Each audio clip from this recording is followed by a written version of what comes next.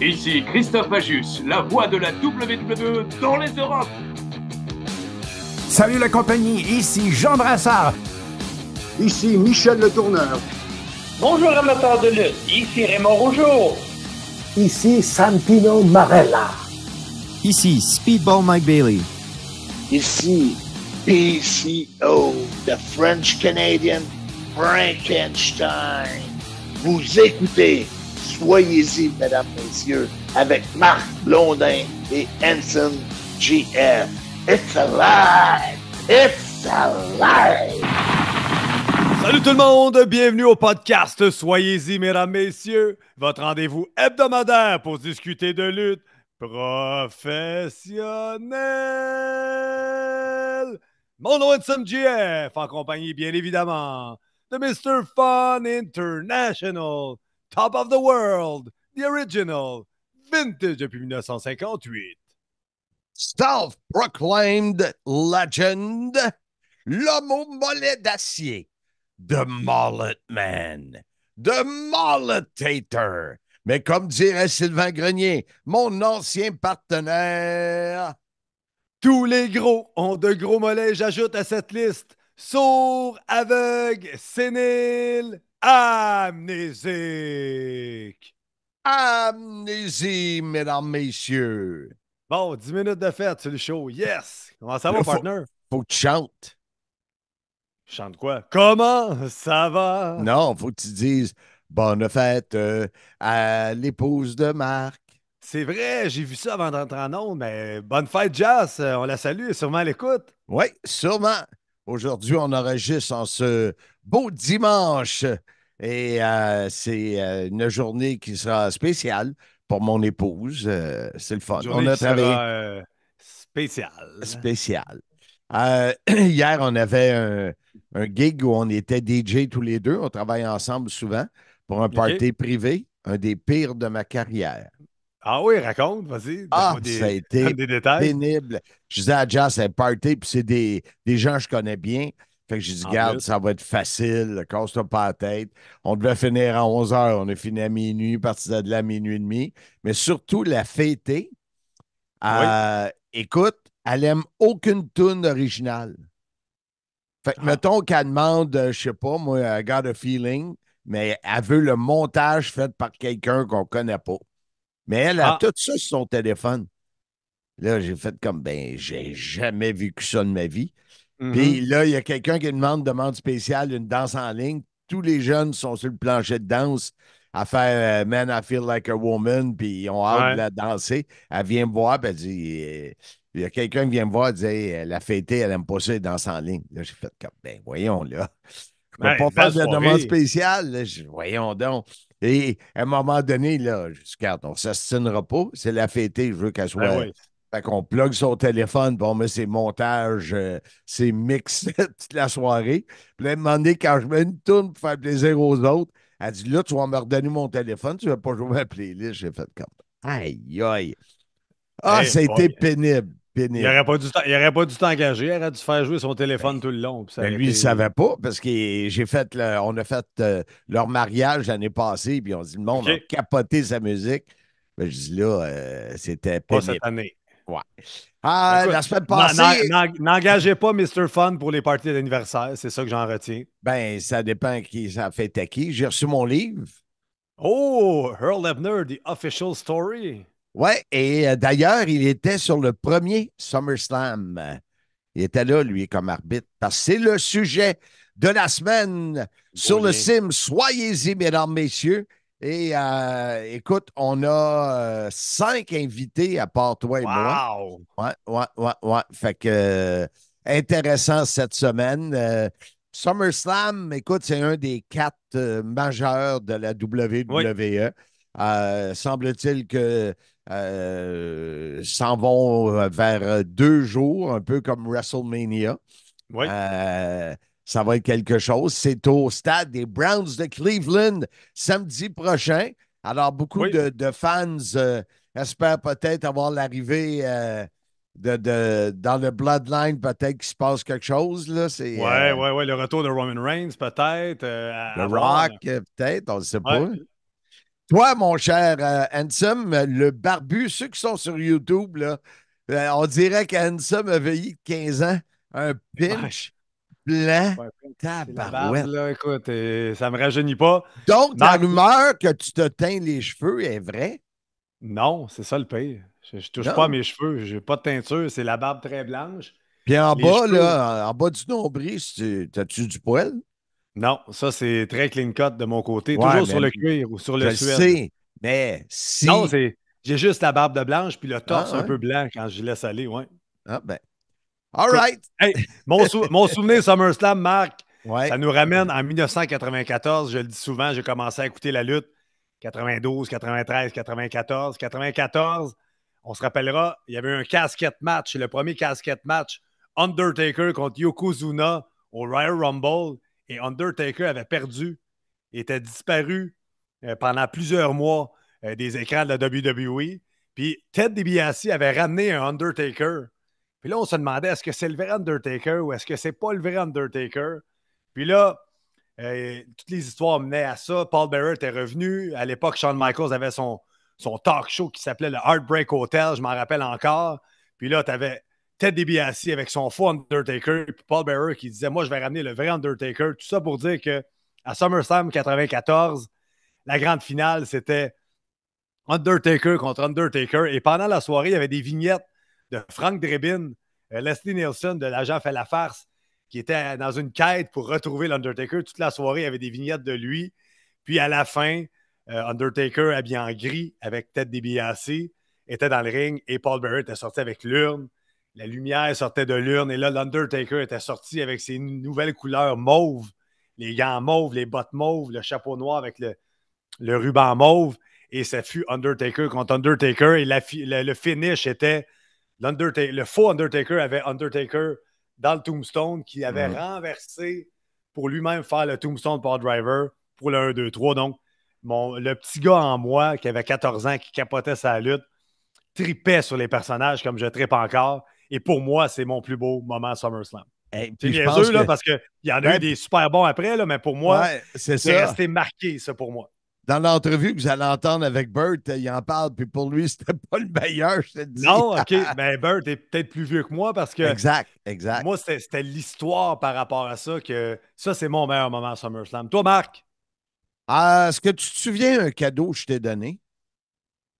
Oui, oui, je l'ai ici. Je l'ai encadré ici, Macho Man avec Elizabeth et Hulk Hogan. Je l'ai ici à Ouais. ma droite. SummerSlam 88, le 29 août, je t'ai remis un cadre avec la photo officielle des Ouais. Mega Powers. Oui. Alors, comme de raison, c'était le premier au Madison Square Garden. Et moi, là, écoute, les deux ensemble réunis, là, je trouvais que c'était du jamais vu. Deux vedettes comme ça. Et en plus, avec Elisabeth, alors moi, ça reste que les Mega Powers contre les Mega Bucks. C'était le premier. Puis pour moi, ben, en plus, j'étais dans le giron. Je travaillais là. Donc, demande-moi pas si j'étais là. S'il te plaît, demande-moi pas. C'est ça, je m'en allais te demander. Étais-tu présent à SummerSlam 88? Je ne sais pas. C'est Je pas, sais hein? pas. Non. L'histoire ne le dit pas, Marc. Non, mais parlant d'histoire, Oui. notre invité va nous parler d'histoire, lui-là. Là. Alors, sans plus tarder, Marc, pour te sauver d'une situation que tu es amnésique, on va aller tout de suite avec la chronique historique réalisée avec le professeur Bertrand Hébert. On est content de retrouver le professeur Bertrand Hébert. Bertrand, d'abord, remis de tes émotions du gros week-end de TNA. Bien sûr, maintenant, je suis l'homme au mollet d'acier parce que j'ai 4 jours à traverser l'auditorium d'un bord puis de l'autre. J'ai maintenant des mollets d'acier. Mais oui, on a passé au travers.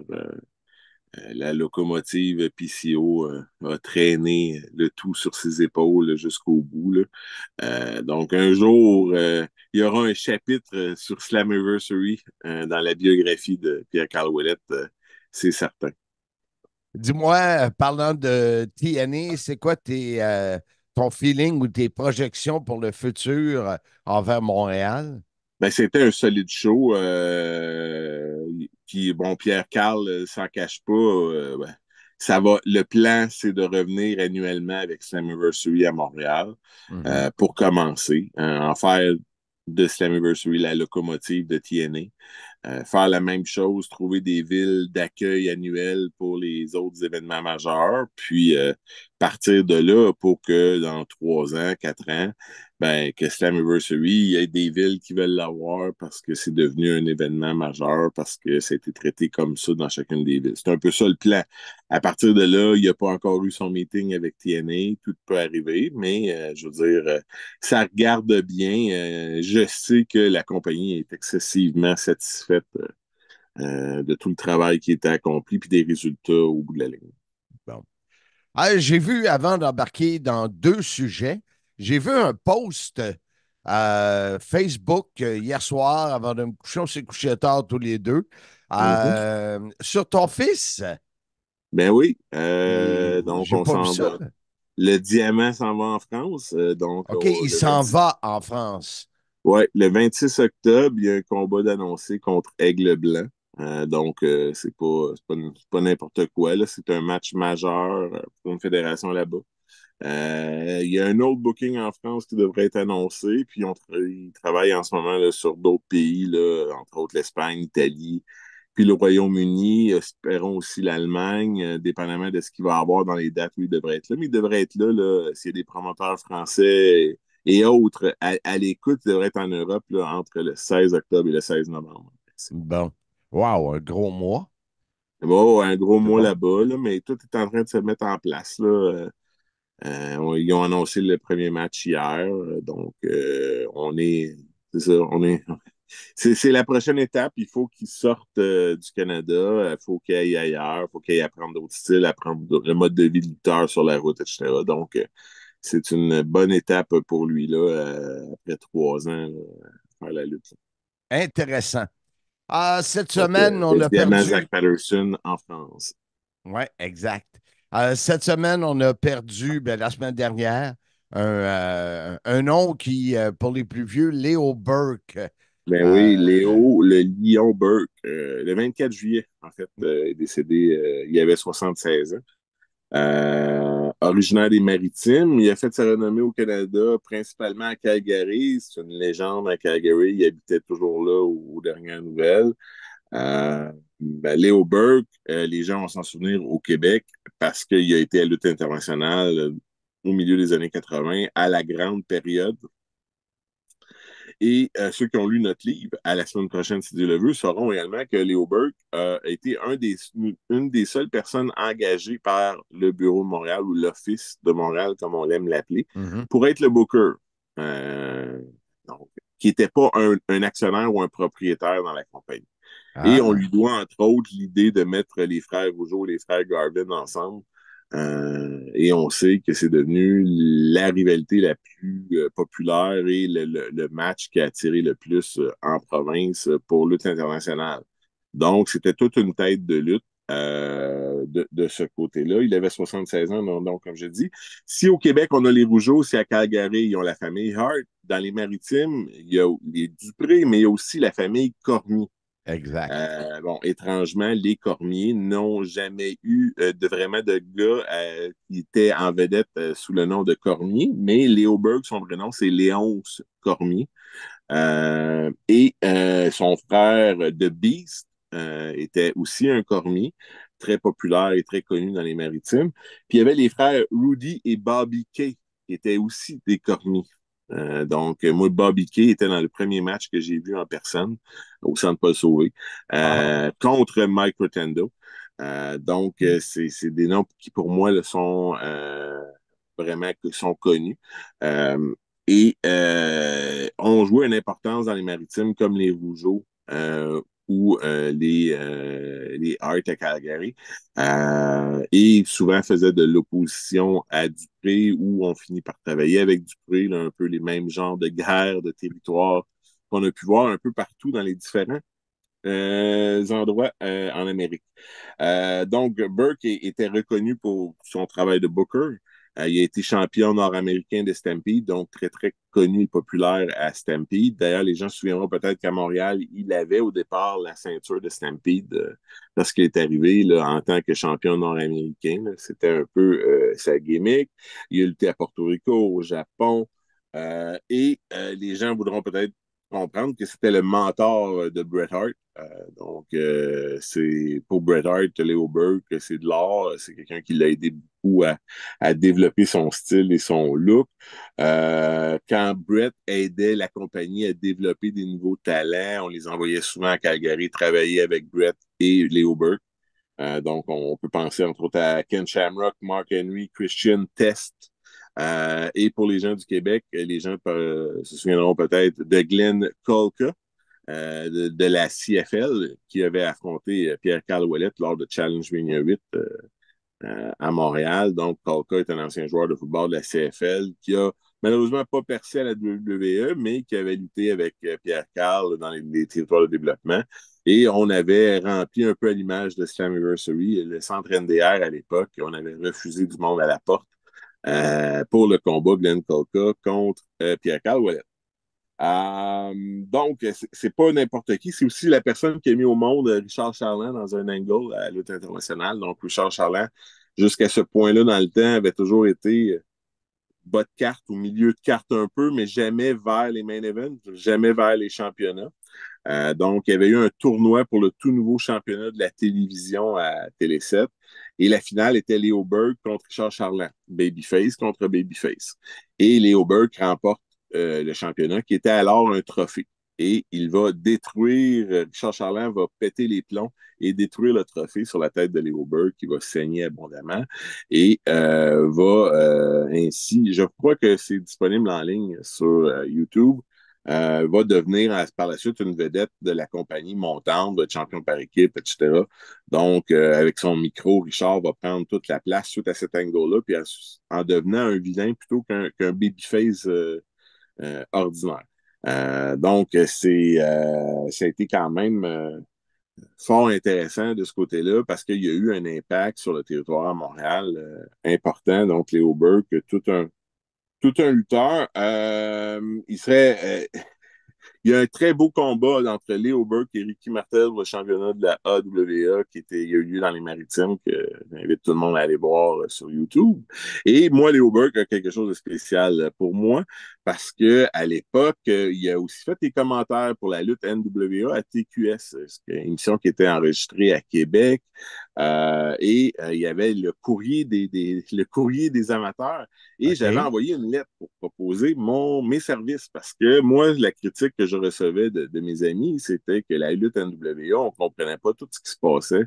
Beaucoup de nouveaux personnages, plein de ceintures. C'est l'époque où la NWA achetait la UWF. Les commentateurs n'expliquaient pas vraiment la situation. Ils ont quand même pris le temps de me mentionner, de me dire que j'avais envoyé mon CV. Ils ont un peu modifié dans ce qu'ils racontent. Mais tout ça, Leo Burke dit que je suis un universitaire qui cherche du chômage, ce qui fait comme pas de sens, mais comme c'est un gars du Nouveau-Brunswick, on comprend. C'est ça, Leo Burke, une légende canadienne de la lutte là, qui nous quitte malheureusement. C'est un personnage qui a marqué le sport, mais qui est peut-être un peu méconnu. Maintenant, on parle du sujet de la semaine, SummerSlam, puisque dans le stade des Browns de Cleveland, le week-end prochain, aura lieu un autre SummerSlam. Mais ça a débuté, ça, dans mon temps, en 1988. Ben oui. En fait, il y a eu tout d'abord le WrestleMania, mais ensuite, il y a eu Survivor Series. Et ensuite est arrivé SummerSlam. On en parle dans notre livre sur le géant ferré. La rivalité Hogan-André en simple qui culmine à WrestleMania 3 va ensuite nous donner le Survivor Series de 87 avec André et Team André contre Team le Hogan. Puis il va ultimement culminer, puisque André peut de moins en moins livrer des combats ensemble, à un combat à SummerSlam 1988 en pay-per-view, en direct du Madison Square Garden, comme quoi la WWE là, se servait toujours à ce moment-là, toujours de cet endroit-là là, comme un point de départ ou un point de base. D'ailleurs, SummerSlam va revenir à quelques reprises à Madison Square Garden. C'est un combat là, qui est les Mega Powers, Macho Man et Hulk Hogan, contre les Mega Bucks, André the Giant et le Million Dollar Man, Ted DiBiase avec Virgil dans le coin. Oui, c'est ça. Oui, avec Virgil. Et en plus, on va avoir comme arbitre spécial Jesse the Body Ventura pour laisser sous-entendre qu'il serait facilement achetable et donc partial à l'équipe des méchants. SummerSlam 88, je te dirais que c'est un de mes pay-per-view préférés. C'était un go-to. J'adore ce show-là. On a la finale, bien sûr, mais bon, Dino Bravo est sur le show. Il y a les débuts des Powers of Pain, c'est un mémoire fidèle. Il y a également un combat entre les British Bulldogs et les frères Rougeau qui est de toute beauté.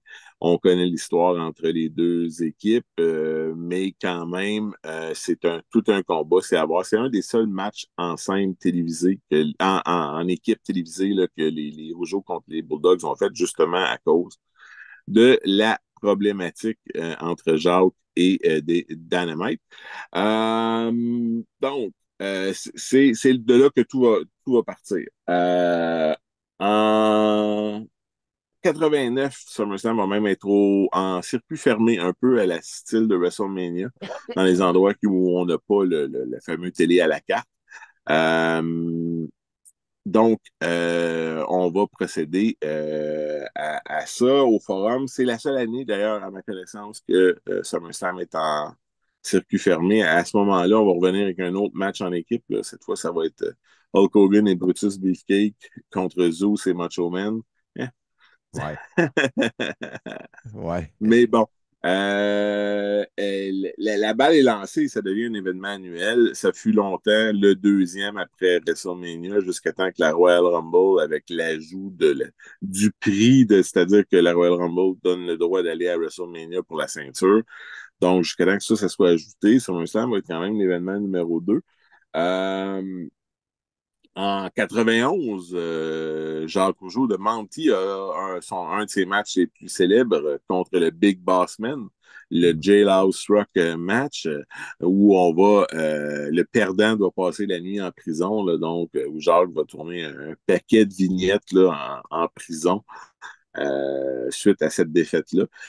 C'est un des combats là, les plus connus, les plus célèbres. Tu avais le gardien de prison contre le Mountie. Ça peut pas faire plus WWF que ça. Là. Je sais pas comment faire plus que ça. Et en 92, ben là, tu as le SummerSlam le plus célèbre, peut-être, celui qui donne un peu l'image d'aujourd'hui, là, alors qu'on se dirige vers un événement qui va être annuel dans des stades 2 soirs à partir de 2026. C'est quand même exceptionnel. On va avoir le combat à Wembley. Pas le même Wembley qu'aujourd'hui. Le stade de Wembley de 92 n'existe plus, il a été remplacé par un autre. Mais on va avoir une foule incroyable et la finale est un match classique qui est dans tous les curriculums d'école de lutte, c'est-à-dire le combat entre Davey Boy Smith et Bret Hart pour le championnat intercontinental. On sait aujourd'hui que Davey Boy a quand même lutté blessé avec une infection importante, puis beaucoup d'antibiotiques dans les jours qui vont précéder l'événement n'étaient pas en pleine forme. Mais on peut dire, le combat qui a fait Bret Hart comme un talent supérieur puis un gars de main event, parce que c'était quand même aussi exceptionnel que le main event soit le championnat intercontinental. Ben oui. Et en Angleterre, ou dans tout le Royaume-Uni, c'est un match aussi qui a marqué toute une génération de lutteurs qui sont même aujourd'hui à la WWE, là, qui étaient de jeunes amateurs et qui aujourd'hui sont là. C'est un moment dans le temps qui a marqué l'histoire pour la WWE. En 94, c'était peut-être un peu moins rose. Hein? On a Undertaker contre Undertaker en finale. C'est comme quoi que des fois, on peut tirer à côté de la cible. C'est ça. Hein? On le sait que on sait que l'histoire raconte que finalement, le deuxième Undertaker a disparu par la suite. Il n'y a jamais eu de tag team Undertaker et Undertaker. En 98, là, c'est Highway to Hell. On est de retour au Madison Square Garden pour un gros combat, le combat peut-être ultime de la rivalité Stone Cold contre Undertaker.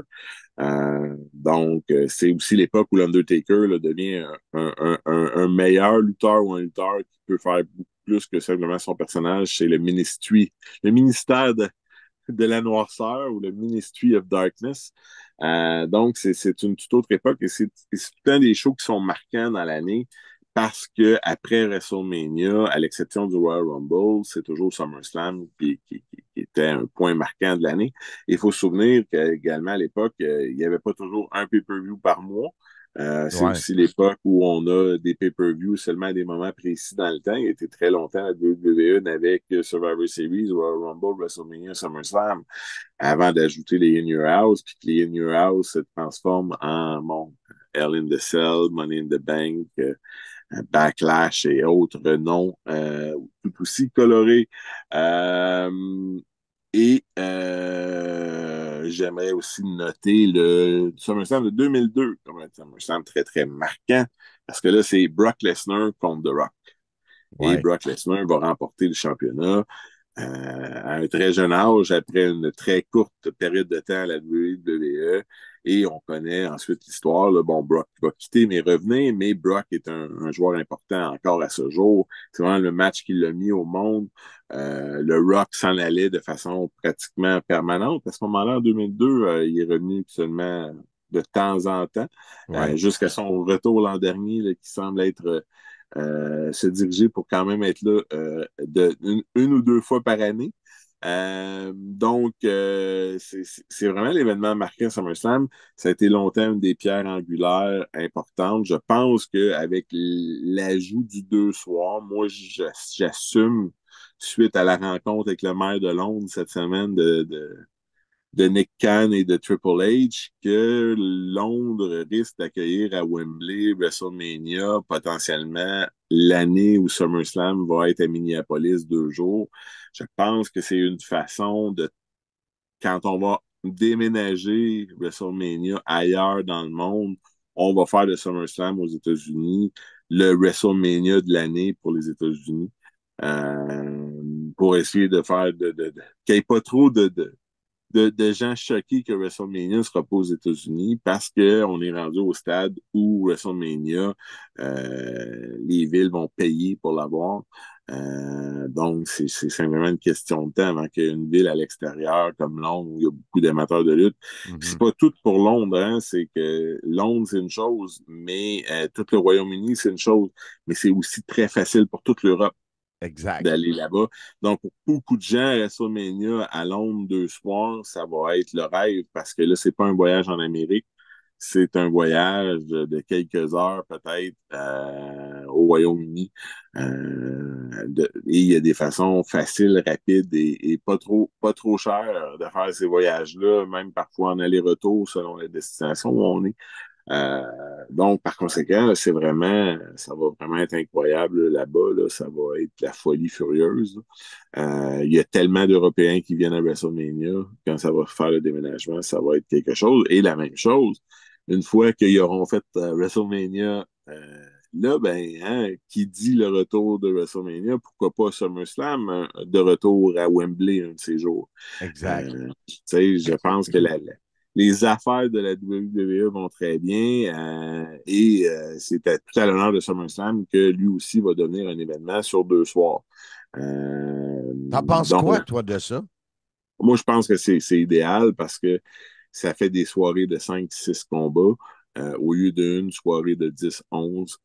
C'est très long. Moi, je pense que tout show de lutte qui dépasse 4 heures est beaucoup trop long. Là. L'idéal, c'est 3 heures. Quand tu dépasses ton 3 heures, t'en ailles à la maison, là. C'est le temps du go home, comme dirait l'autre. Exact. Mais 4 heures, c'est long.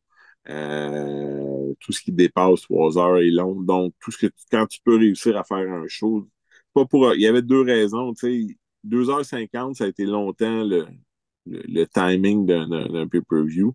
Tout ce qui dépasse ça aujourd'hui, c'est excessivement long, c'est excessivement difficile.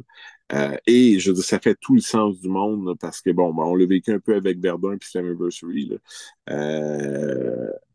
La raison pourquoi on restait pour les enregistrements télé à Verdun, c'est que le setup était déjà fait. C'est un rabais sur la deuxième journée, mais c'est un peu la même chose.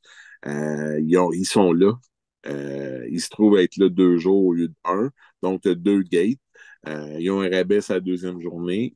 Anyways, le temps de montage, démontage est sensiblement le même comme ça. Et ça leur permet aussi, avec WrestleMania, de court-circuiter tous les événements satellites du week-end. Parce que là, t'as pas une des 2 journées de la fin de semaine qui est libre pour que d'autres fédérations fassent des spectacles avec tous les fans déjà présents. Les 2 focus, samedi et dimanche, c'est WrestleMania et ultimement, ça sera SummerSlam. Donc, toutes les autres doivent faire ça soit après, très tard dans la nuit ou très tôt dans l'après-midi. Fait que donc, ça fait le bonheur des fans. Ça fait le bonheur des fans, mais ça l'a beaucoup coupé le nombre d'événements satellites autour de WrestleMania. On l'a vu à Philadelphie. Il y en avait dans les jours avant.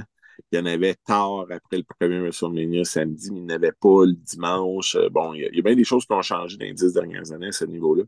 Donc, ça fait partie du processus. La WWE sont dans une autre stratosphère comparée à toutes les autres promotions de lutte. Écoute, c'est vraiment intéressant comme toujours. SummerSlam, est-ce que tu penses le regarder avec des amis, avec ton fils le week-end prochain? On est toujours on va être là en famille samedi pour regarder tout ça, mon frère, etc. C'est un classique.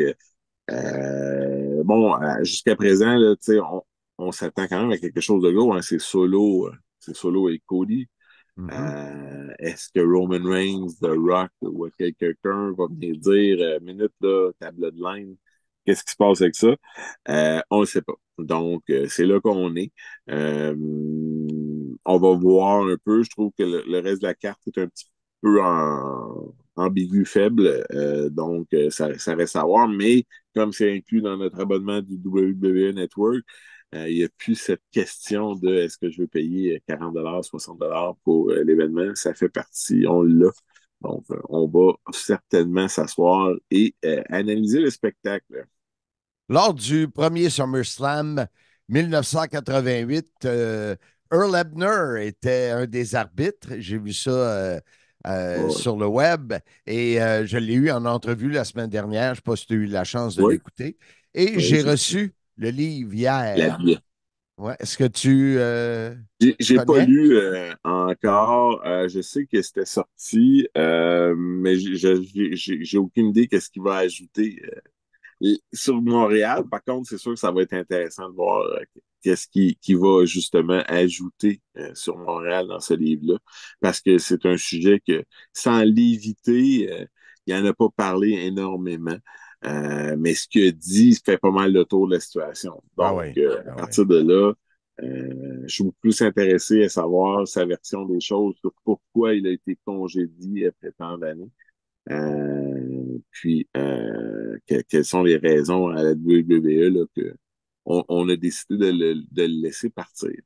Oh, c'était le réveil matin au cas que toi et moi, on passe tout droit.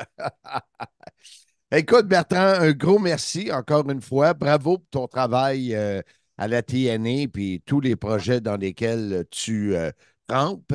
Bravo aussi pour Zach, pour aller là-bas en France. Wow! En Europe, visiter peut-être plusieurs pays. L'expérience importante, on va dire. Ben oui, non, être sur la route, gérer, de faire son lavage sur la route durant un mois, exemple. Donc, c'est pas toi qui vas y aller pour faire son lavage? Non, je fais pas le lavage. Mais non, mais ça semble simple comme processus, mais ça demande une certaine planification, de faire 30 jours là-bas. Mais il est en train de tout organiser ses affaires là-bas, faire rouler ses contacts, etc. Donc, c'est la prochaine étape. On est rendu là. Bertrand Hébert, un gros merci et on se revoit et reparle sous peu, mon ami. Oui. On est de retour au podcast Soyez-y, mesdames, messieurs. Cette semaine, comme vous le savez, on parle de SummerSlam. Et dans le prochain bloc, Marc, tu as eu la chance de t'entretenir avec 3 membres du groupe Soyez-y, mesdames, messieurs. Oui, c'est le fun quand on lance l'invitation et que cette invitation-là est acceptée. Et quand on était à Verdun, à TNA, il y a quelqu'un qui m'a écrit, Sylvain Faneuf, puis il voulait nous rencontrer après le show. Un grand bonhomme, là. Il est venu nous voir, nous serrer la pince à la fin du Slammiversary. Et il m'avait demandé, il dit, j'aimerais ça participer. Donc, il a répondu à l'invitation. Étienne Parent est un autre membre du Québec du groupe Soyez-y, mesdames, messieurs. Lui, j'ai toujours de la misère à le retrouver parce que sur Facebook, c'est son nom à l'envers. Puis je m'en souviens jamais parce que je suis amnésique. Hey, ça en dit long sur le personnage, ça, son nom à l'envers sur Facebook. J'ai hâte de l'entendre. Et le dernier nous vient de la France, Jordan Damerval, qui, pour lui, c'est tout un honneur parce qu'il a découvert le catch en nous écoutant le tourneur et moi à la WCW. Alors, ça sera 3 invités. On aime ça quand on a un sujet. Ne vous gênez pas, embarquez. Pierre Blais voulait, mais là, j'ai plus de place. Fait que Pierre, ôte tes doigts dans le nez, puis let's go. La prochaine fois. J'ai vu ça passer. Pierre Blais, la légende de Québec. Pierre Blais veut être sur le podcast, puis on est rendu trop big pour le rentrer, Marc.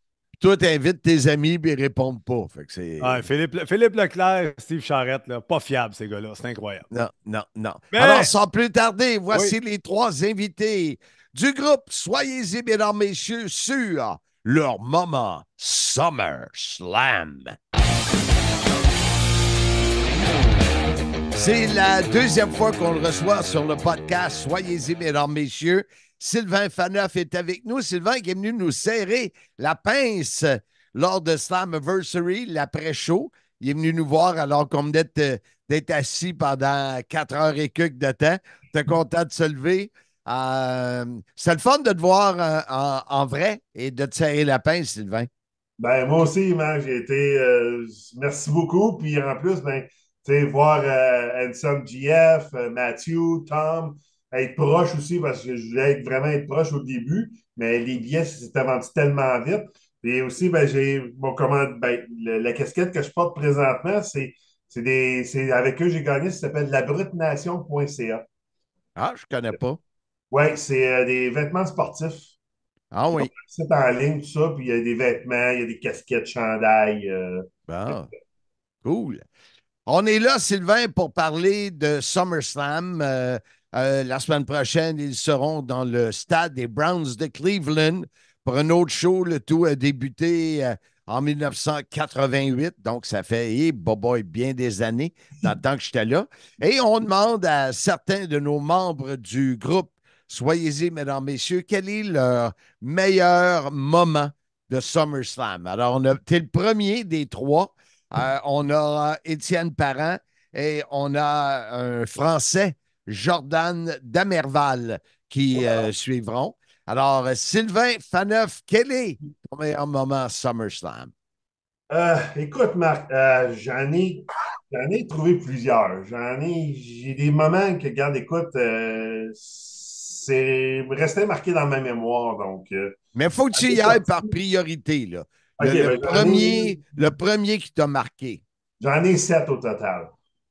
Ça va être trop. Oui, en tout cas, je vais. Vas-y, roule. Je vais en choisir 3. On va aller 1992. OK. C'était en Angleterre.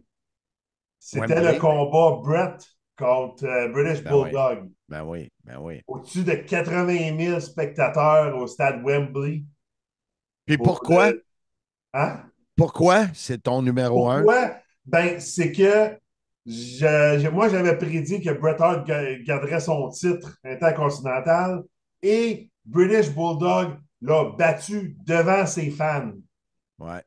Donc, ça a été pour moi, ça a été, j'étais, wow, j'ai dit, British Bulldog, Davey Boy Smith, chez eux, en plus, 80 000 personnes derrière lui. bat Bret Hart, son beau-frère. Ouais, c'est quelque chose. Wow.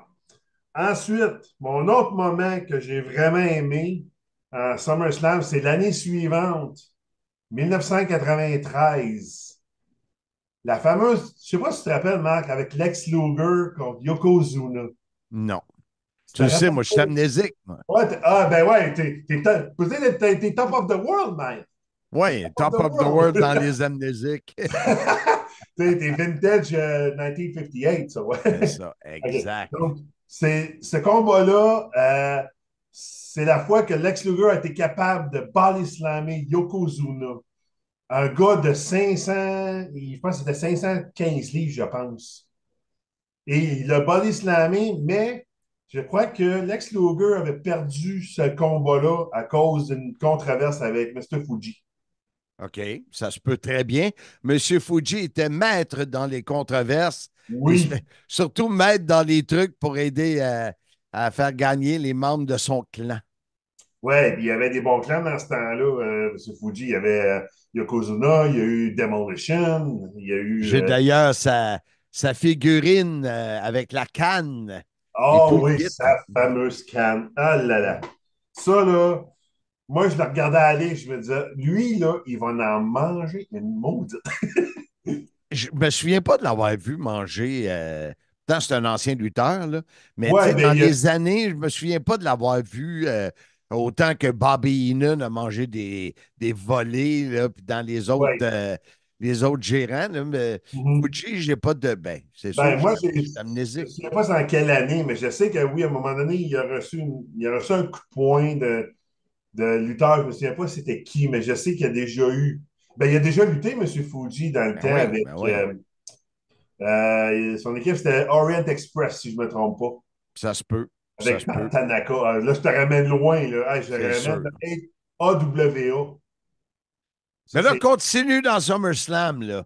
Oui, OK. Tu t'en vas loin, là. Oui, je t'allais loin, excuse-moi. Fait que là, tu as nommé ton deuxième, ton troisième. Là, mon dernier. Là, je mets la crème de la crème. OK, donc ça devrait être ton premier, non? Ben, je voulais le mettre As-tu fait 3-2-1 ou tu as fait un 2-3? Oui. 3-2-1. Mais il fait partie de mes trois favoris, mais il a arrêté mon premier, mais je vais garder le punch pour la fin. 2019, SummerSlam Toronto. J'ai eu la chance d'être là. C'était mon premier pay-per-view WWE que j'ai vu. OK. J'ai vu les 4 shows. Il y a eu 4 shows ce soir-là. Il y avait NXT, SummerSlam, Raw, SmackDown. Donc, j'ai vu les 4 shows, les 4 soirs. Et je peux te dire, Marc, j'ai trippé comme un fou. J'ai vu NXT, ça faisait la première fois que je voyais NXT. Le SummerSlam aussi, premier pay-per-view. Je n'avais jamais vu de pay-per-view en live. J'ai trippé. Il y a eu des très bons combats. La finale, c'était, si je ne me trompe pas, c'était Brock Lesnar contre Seth Rollins. OK. Et après ça, j'ai vu Raw, SmackDown. Donc, ça a été. J'ai passé 4 jours écœurants là-bas. Fait que ton 2019, c'est l'expérience. C'est autant que ton Wembley, le combat de Bret Hart, c'était le combat, mais ton autre expérience, souvenir, c'est le fait de l'avoir vécu à Toronto, d'avoir été là 4 jours. Donc, tu vois, c'est le fun que les souvenirs sont différents, mais qui ont une place importante dans nos cœurs. Tu as fait raison. Puis, tu sais, ça aurait été, mettons, prenons un exemple, il aurait fait SummerSlam, mettons, au Skydome à Toronto, tu rentres 50 000 personnes, c'est complètement différent. Puis regarde même, je mets juste en parenthèse, TNA, juste en parenthèse, 4 000 valait 50 000. Ouais. Oui, exact. Ah non, c'est bon. Puis est-ce que tu prévois regarder SummerSlam le week-end prochain? C'est certain, c'est sûr. Ouais. C'est sûr. Il va y avoir des surprises, j'espère, en tout cas. Tout le monde l'espère. Tout le monde l'espère. Toujours. Moi, celui que j'aime regarder, c'est Royal Rumble. C'est, à part bien sûr Mania, mais je m'attends toujours, on s'attend tout le temps à des surprises. Je trouve que la surprise vaut l'attente ou Moi, c'est ça que j'aime, les surprises, mais il n'y en a pas tout le temps, parce qu'à un moment Non. donné, aujourd'hui, à l'ère de l'Internet puis de tout le monde avec leur téléphone, là, les surprises, c'est pas évident. Non. Sylvain, Oui. oui, vas-y. Ah, écoute, ben, c'était juste pour terminer que ce que j'aime des pay-per-views, c'est que souvent, oui, c'est vrai, il y a des surprises, mais on se dit toujours des fois, ah, est-ce qu'il va y avoir un changement de titre? Il n'y en aura pas, des rivalités. Parce que, regarde, je termine avec ça, TNA, je reviens là-dessus parce que, regarde, c'était le show de l'année. J'avais dit à mes amis, il n'y aura aucun changement de titre à TNA, puis, regarde, je me suis fait avoir carrément. C'est sûr. C'est sûr. Puis à SummerSlam, tous les titres sont en jeu. Fait que j'ai même vu que Rollins va être arbitre spécial d'un des combats. Oui. On va probablement, on va peut-être parler à mon chum Stéphane, moi, qui organise ça dans son garage là, pour aller voir ça samedi prochain. Sylvain, un gros merci d'avoir été avec nous. N'importe quand tu vois des invitations, tu m'écris. Puis toujours très intéressant. Passe une belle journée, mon chum, et merci d'avoir été sur le Soyez-y, mesdames, messieurs. Ça me fait plaisir, Marc, et bon week-end à vous autres. Salut. Notre deuxième invité parmi les membres du groupe Soyez-y, mesdames, messieurs, Étienne Parent, et je vous suggère de ne pas essayer de le trouver sur Facebook. Moi, j'ai cherché en temps.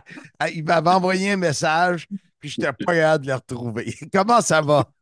Ça va, ça va, ça va. Pour expliquer aux gens, c'est parce que j'ai écrit mon. J'ai une profession, disons, avec une clientèle particulière, disons, là, donc j'ai écrit mon nom complètement à l'envers, mais c'est certain que c'est pas évident, là, je comprends. Là, à ce temps que je le sais, je vais être capable, mais quand ouais, je m'en souvenais pas, parce que je suis un peu amnésique, mesdames, messieurs. J'aurais dû y penser, c'est vrai. Étienne, on parle cette semaine de SummerSlam parce que dans quelques jours, à Cleveland aura lieu un autre SummerSlam.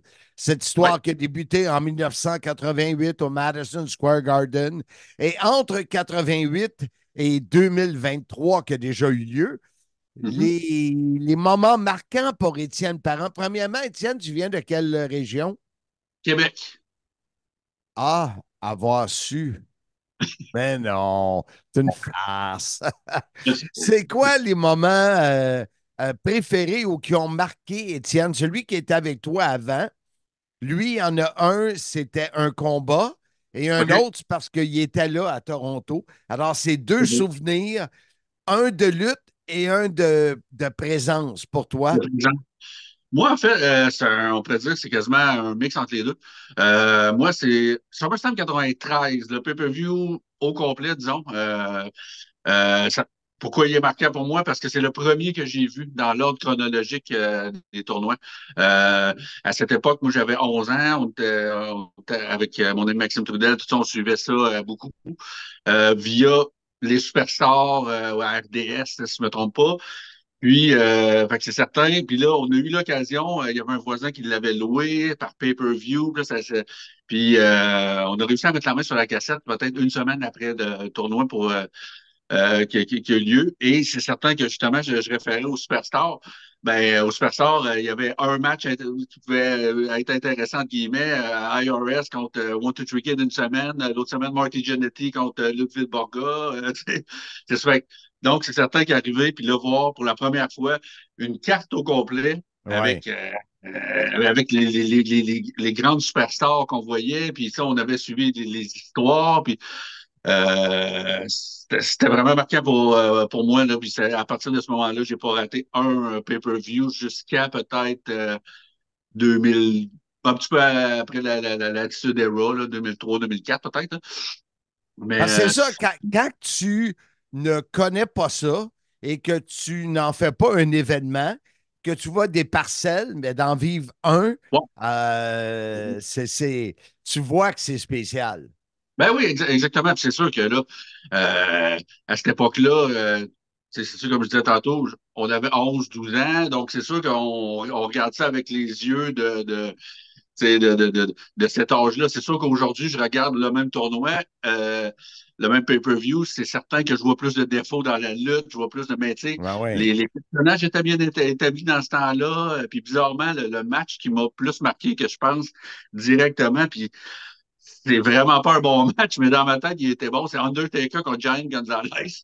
Puis, tu je le regarde aujourd'hui, je suis mon doux Seigneur, pour commencer à aimer ça, mais c'est la grandeur de Giant Gonzalez, le personnage Undertaker, la rivalité. C'était ça que je trouvais, qui m'a plus marqué parce que j'écoutais un épisode de Six Feet Under, le podcast de Undertaker récemment, puis l'épisode datait du printemps, puis il parlait que ça avait été très difficile de travailler avec Giant Gonzalez, puis je l'imagine. Talent limité et tout, là, ça me faisait rire, là, parce que ça me remémorait directement ça, là, c'est pour ça, là, mais je me disais, OK, il a travaillé fort pour faire quand même un match intéressant, en tout cas à mes yeux, là, mais c'est certain que je regarde la carte aujourd'hui. Bref, ce que je veux dire, je regarde la carte aujourd'hui, puis c'est sûr, je la vois pas, je la vois différemment. Mais moi, je pense que SummerSlam, c'est SummerSlam 93, c'est sûr. Tu as quel âge aujourd'hui? 42. Tu vois, tu as presque le même âge que Handsome JF. Puis Handsome, lui, il a découvert ça l'année après toi. Undertaker contre Undertaker. OK. Pour lui c'était gros, gros, gros. Puis tu vas l'entendre, on a interviewé Bertrand Hébert, qui pour lui, je ne dis c'est pas un grand moment, mais ça dépend ce que chaque personne vit. Ben oui, exactement. Quand tu as 11 ans, puis quand tu le regardes avec des yeux de, pas de connaisseur, mais de fan, c'est différent. Oui, absolument. Est-ce que tu as continué à regarder SummerSlam, tu disais, jusqu'à quoi, en 2003? Oui, à peu près 2003-2004, je me souviens, un petit peu avant que Cena arrive, parce que puis par la suite, puis là après ça, le produit m'intéressait moins. Le WWE, j'ai pas réussi à raccrocher du tout, là. Même encore aujourd'hui, je suis un gros fan tatoué au cœur de la All Elite Wrestling. Ah oui. Oui, depuis tout début. J'ai bien aimé NXT à l'époque de. Ben, dans le fond, il y a quand même eu un 10 ans que j'ai pas écouté de lutte, mais par contre, après 2002, je me souviens d'avoir écouté la TNA aussi, des années plus fin 2007, 2008, 2009. Ouais. Ensuite de ça, ce qui m'a fait raccrocher, c'est NXT avec Adam Cole, Roderick Strong, Undisputed Era, tout ça, là. Johnny Gargano, Tommaso Ciampa, je trouvais les matchs incroyables, là, puis alors que la WWE, je trouve, puis en tout respect, là, mais je trouve les matchs un peu plus safe, plus conservateurs, disons. Les histoires un peu plus construites, mais je me rends compte qu'en vieillissant, c'est des gros matchs que je veux, puis des matchs l'histoire, c'est pas que je m'en fous complètement, mais ça vient secondaire, alors qu'avant, c'était l'inverse. Mais c'est pour ça que j'ai accroché un peu plus sur les Wrestling. Puis TNA, j'étais à cette anniversary en fait, semaine passée. Ah oui? T'étais là? Oui, c'était. T'es même pas venu me saluer. Mais je vous ai pas vu, M. Blondin, je serais allé. Seigneur, t'es à côté du ring. Je vous ai vu, mais en tout cas, vous étiez un peu loin, puis. Non, c'est ça. Puis. As-tu aimé ta soirée? Puis, TNA, j'ai suivi dans les deux. Tu sais, j'ai découvert votre podcast dans les. Ça fait peut-être 1 an et demi, 2 ans. Puis, à ce moment-là, vous parliez de la TNA, puis déjà que, tu sais, vos voyages et tout, à Las Vegas et tout ça. Puis, ça a piqué ma curiosité. Puis j'ai commencé j'ai recommencé plutôt à écouter la TNA, puis là, je suis ça régulièrement. Donc, tu ne seras pas en party avec une gang samedi prochain pour SummerSlam? Non, pas pour SummerSlam, mais pour All In et All Out, oui, par exemple. Bon. Fait que si tu veux des détails, tu écouteras le podcast, on va revenir sur l'événement. J'ai pas besoin de l'écouter. Étienne, un gros merci. On te laisse vaguer à tes occupations. Puis n'importe quand, s'il y a des sujets qui t'intéressent, puis tu veux participer et donner ton point de vue, mais il faudrait faire de quoi sur All Elite. Je pense qu'on n'a jamais rien fait. Ça me ferait un grand plaisir, en tout cas. Ouais, faudrait bien. OK, alors là-dessus, je te souhaite une bonne fin de journée et merci encore. Vous aussi, merci beaucoup, là. Arrête de dire vous aussi. Tu le vieillis. J'ai juste 66 ans. Je suis vintage depuis 1958. Colin. Désolé. Salut. Hey, salut Marc, merci, là. Alors, je reçois Jordan Damerval sur le podcast Soyez-y, mesdames, messieurs. Jordan qui me disait qu'à 9 ans, il m'écoutait sur Canal+, c'est ça? Avec Michel. Oui. Tu étais avec Michel? Moi, je n'étais pas avec lui. Il était toujours absent mentalement. C'était la grande époque ketchesque, hein? Ce qui est en train de revenir un peu aujourd'hui. Enfin, je suis content par rapport à ce qui s'est passé dans les années 90. Aujourd'hui, il y a une nouvelle vague autour du catch enfin, c'est bien et c'est beau de revenir, ici au Québec, en plus, le catch indie comme Simmania et autres fédérations vont très bien. Alors, c'est plaisant. Comment ça se passe chez vous? Premièrement, tu es de la France? Oui, de l'Est. De quel coin de la France? Le Grand Est, région Commercy, la Madeleine. Je ne sais pas si ça vous parle chez vous. Oh, la Madeleine, c'est là que j'ai fait Simmania 6 à Sainte-Madeleine, Québec. Pas pareil. Là, c'est la Madeleine, c'est le gâteau de Commercy, là. Non, c'est tous les noms que tu as nommés, ça ne me dit rien. C'est quoi la ville la plus connue proche? Nancy-Metz. Ah, ça me dit quoi? Une de mes ex s'appelait Nancy, d'ailleurs. Bon, trêve de plaisanterie. La grande Nancy. Jordan, on parle aujourd'hui de SummerSlam qui aura lieu dans quelques jours. Et tu es notre troisième membre du groupe, invité à parler, à nous donner ces moments-là. Toi, ton moment ou tes moments de SummerSlam, c'est quand? Alors, SummerSlam, pour tout résumer, c'est le petit garçon qui a 5-6 ans, qui est le tonton prête les VHS, et c'est forcément SummerSlam 92. Ah oui, c'est incroyable. Voilà. Les trois invités, là, c'est 92, 93, là, c'est... c'est le... Après, je suis pas sûr de science sûre, mais c'est les premières VHS distribuées en France à partir de 92, donc SummerSlam, les séries, WrestleMania 9, le Royal Rumble 92. Enfin, c'est oui, tu étais si jeune et ça t'a marqué? C'est le début. Je crois que le premier pay-per-view que j'ai vu, c'est SummerSlam 92. Wow! Et est-ce que tu en as regardé plusieurs par après? Ah bah c'est une fois, comment on dit, l'essayer, c'est l'adopter, comme on dit, hein? Une fois plongé dans le monde de la WWF à l'époque. Et enfin voilà, après c'était parti, quoi. Donc à enchaîner des heures et des heures. J'avais un oncle qui était ultra fan et qui donc enregistrait toutes les émissions qui passaient sur Canal+ à l'époque. Donc il avait eu ces 4 fameuses VHS qu'il avait achetées à l'époque. Et après il a tout enregistré. Donc comme je te dis, comme tout à l'heure de t'avoir à l'antenne, c'est le petit garçon qui a 8-9 ans dans sa chambre et qui regarde des heures et des heures de VHS, qui regarde tous les pay-per-view à la filée. Mais un petit pincement pour SummerSlam 92 parce que c'était là que ça a commencé. Ouais, voilà, c'est vraiment là, c'est les débuts. La semence. Voilà. Et est-ce que tu prévois regarder ce week-end? Ah oui, je vais regarder, oui. Ouais. Ah oui, j'ai 2 petits garçons qui sont fins à foot catch. Oui. Donc, même si je veux pas regarder, je veux pas avoir le choix. Tes garçons ont quel âge? Ils ont 9 ans et 4 ans. Et toi, sans être indiscret, tu as quel âge? 34 ans. Et commencer à être... d'abord, je sais que... Est-ce que tu connais David Jouan, le Casanova des pauvres? Ouais, j'ai vu par rapport à ta page, je vois tout ce qu'il fait, oui. Et David, lui, il le réécoute le lendemain en famille, parce que sinon, je pense que c'est à 2 heures du matin chez vous. Toi, j'imagine que c'est la même chose. Ah oui, ce sera le matin de bonne heure avec les enfants, oui. OK, donc tu n'es pas un père indigne qui réveille les enfants pour l'écouter live. Non. Non, non. Là, c'était bien avec Clash at the Castle. C'était les shows à 21h chez nous. C'est impeccable Ben, quand c'est comme ça. ben Vous oui. imaginez pas la chance que vous avez, hein, quand même.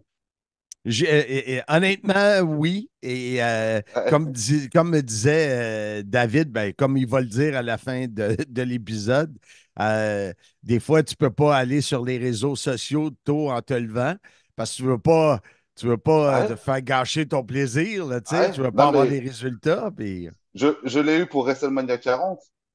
WrestleMania 40, une journée de boulot complète à pas faire de réseau, rien du tout pour voir le résultat le soir, quand même. Ah, Pas pour ouais. regarder et pas se faire spoiler, quoi. Et on sait qu'aujourd'hui, les réseaux sociaux, pour plusieurs générations, c'est dur d'être absent ou de ne pas Ah regarder, oui, hein. c'est sûr, oui. C'est sûr. Et Mais c'est, côté fan de catch, du côté de la France, est-ce que tu suis un peu ce qui se passe ou c'est vraiment l'Amérique avec WWE? niveau show indie, Oui, oui. en indie, non, non, pas, vraiment pas grand-chose. Vraiment, la WWE, j'avais essayé un peu la All All Elite. Elite, mais j'ai pas plus accroché que ça. OK. Est-ce que tu as Après, déjà eu la chance de regarder TNA?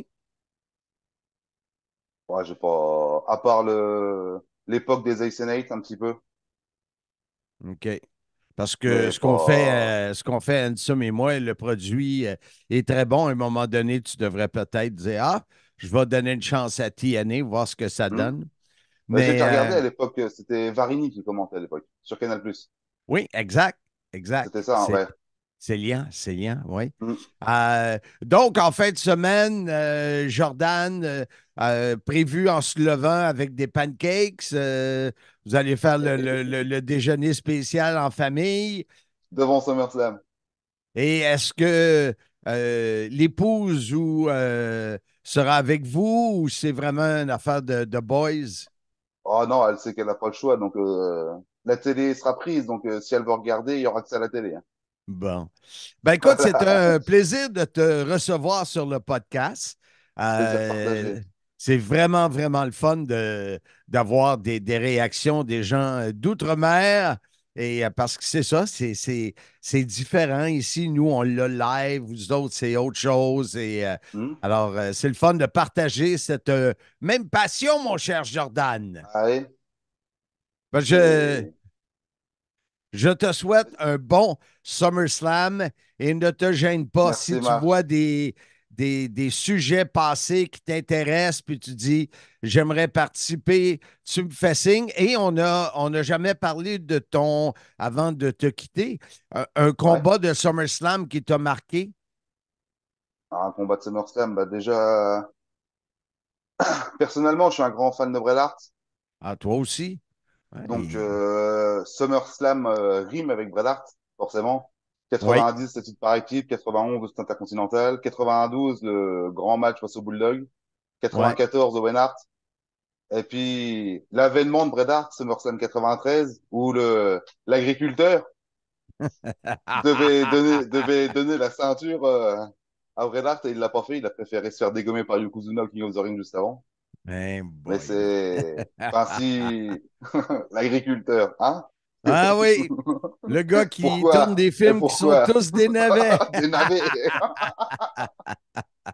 C'est bon, vous Ah, l'avez retenu, ah, cette blague-là, vous autres. c'était trop bien. C'était trop bien, honnêtement. J'ai des VHS encore, je regarde, je me fous la gueule, Je l'imagine. c'est Jordan, je te souhaite l'agriculteur. une bonne fin de journée, bon Merci à toi SummerSlam et aussi, Marc. au plaisir de te reparler. Pas de souci, Marc. À très bientôt. Salut! Ciao! On est de retour, mesdames, messieurs, sur le podcast. Soyez-y, mesdames, messieurs. Et nous aurons, bien sûr, dans les prochaines secondes, nul autre que le Casanova des pauvres, David Non, Joie. non, Marc, c'est David Jouan, le Don Juan des pauvres. C'est la même affaire!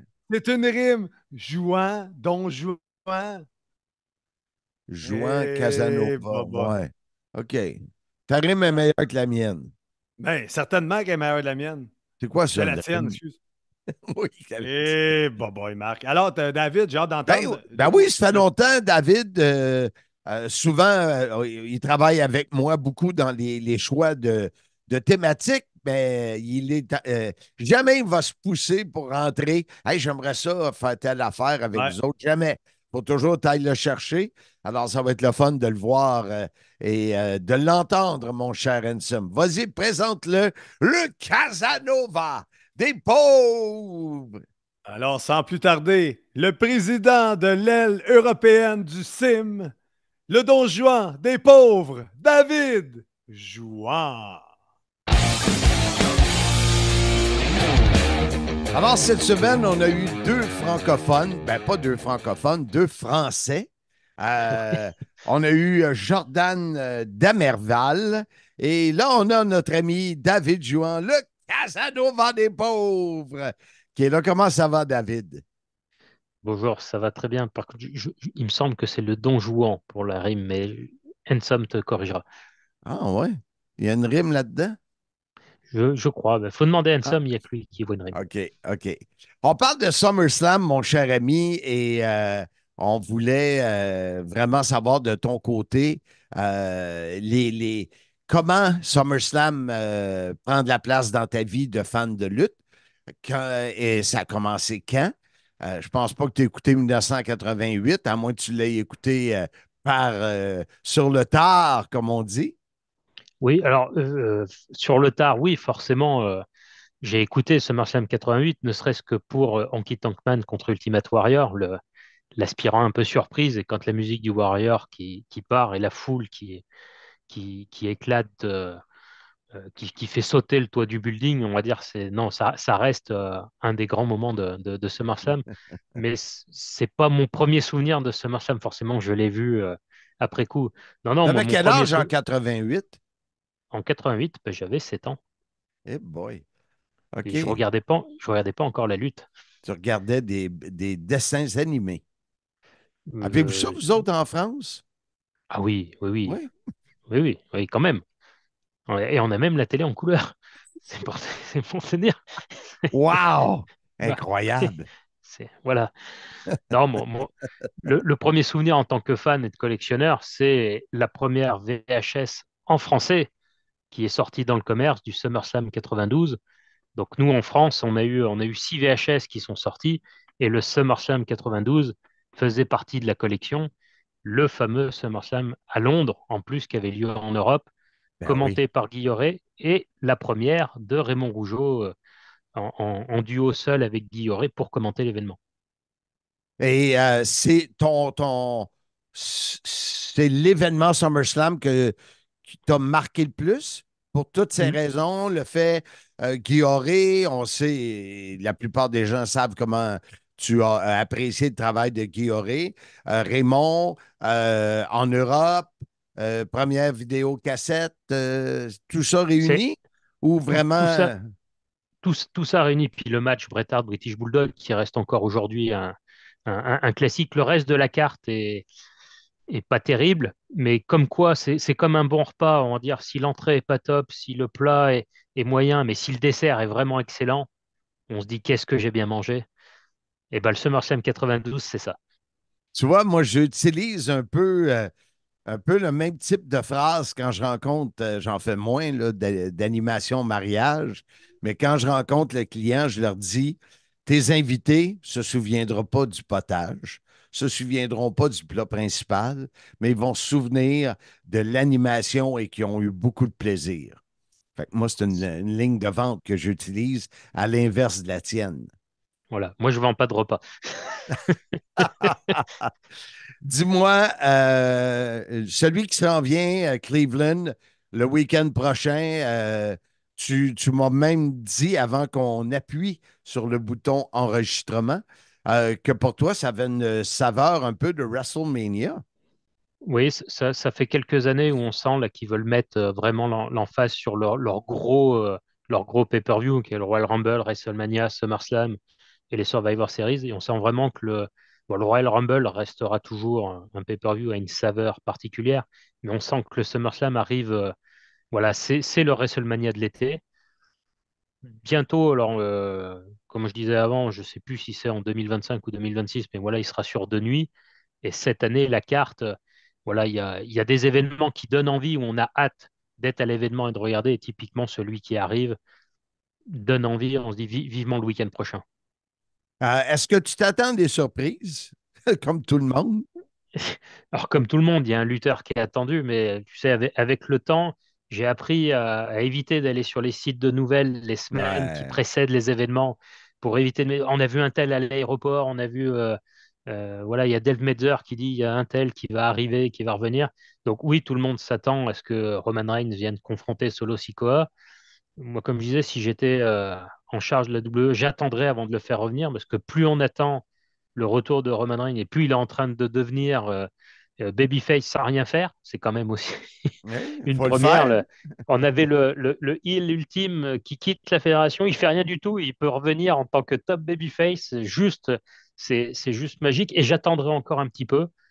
Et pour le reste, eh ben, comme je te dis, j'ai décroché là à partir de maintenant. Déjà, je ne vais plus voir les nouvelles et on découvrira l'événement. Et puis s'il y a Roman, eh ben, on profitera du spectacle qu'ils ont à nous offrir. S'il n'est pas là, ben, déjà le reste de la carte fait envie. Et à titre personnel, j'attends le couronnement de Gunther. Oui, oui. Oui, oui, ça serait. Quel C'est- beau parcours. Oui, exactement. Si tu te souviens bien d'avoir vu les photos et vidéos de son combat contre PCO, il y Contre a. PCO, oui. Tu sais, Oui, oui. c'était pas le même Gunter, là. Tu sais, je t'avoue que ce matin, je me sens un peu comme le Gunter de là, 10 ans. Faudrait que je me remette à l'entraînement. Seigneur, que c'est pas facile. Alors, ça sera un week-end intéressant. Moi, je t'avoue que le fait que c'est l'été, le fait que c'est pendant les vacances ici, c'est plus difficile. Là. Faut que je négocie, mais comme aujourd'hui, le jour de l'enregistrement, c'est l'anniversaire de mon épouse. Alors, peut-être que tout ce qu'on va faire aujourd'hui va faire que j'aurai des points bonus pour samedi prochain. Samedi prochain. Mais je trouve que Rumble, ça arrive au mois de janvier. Il y a moins de choses à faire. C'est l'hiver. Ça nous amène à Mania. Les deux autres, Survivor Series et SummerSlam, je suis moins.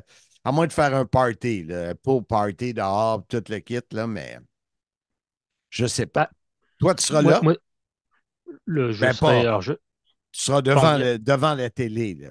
non, pas en direct. Je le regarderai le lendemain en famille, puisque ça y est, mon fils regarde. Donc on regardera ça le lendemain, parce que ce qui nous va bien sur les événements qui ont lieu en Europe, hein, c'est qu'on peut les regarder en fin de soirée. Mais là, comme tu le sais, nous, ça a lieu à 2 heures du matin. Ouais.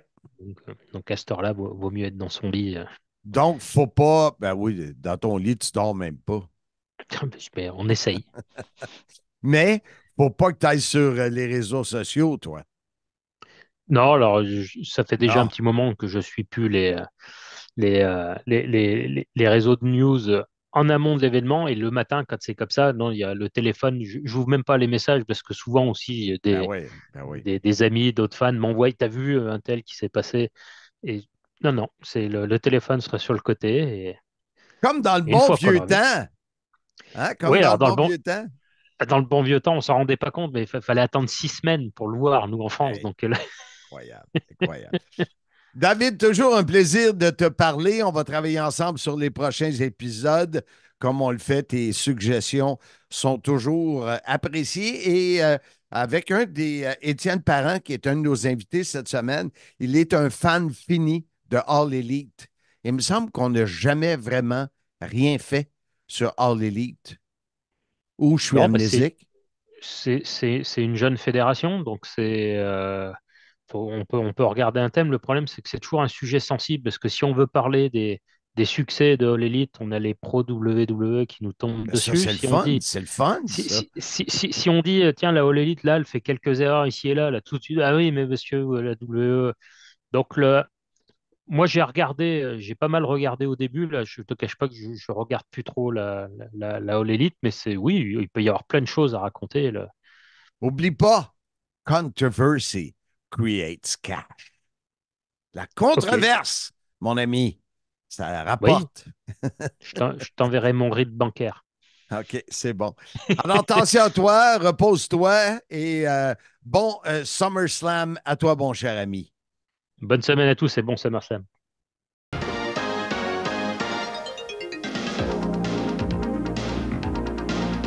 Salut les amis, bienvenue aux nouvelles d'événements, ici Raymond Rougeau. L'été est arrivé, le mercure monte et il commence à faire chaud et lourd ici à la World Wrestling Federation. Et quand on dit plein feu sur l'action, avec toutes les superstars de la World Wrestling Federation, eh bien, il n'y a rien de plus chaud que le SummerSlam.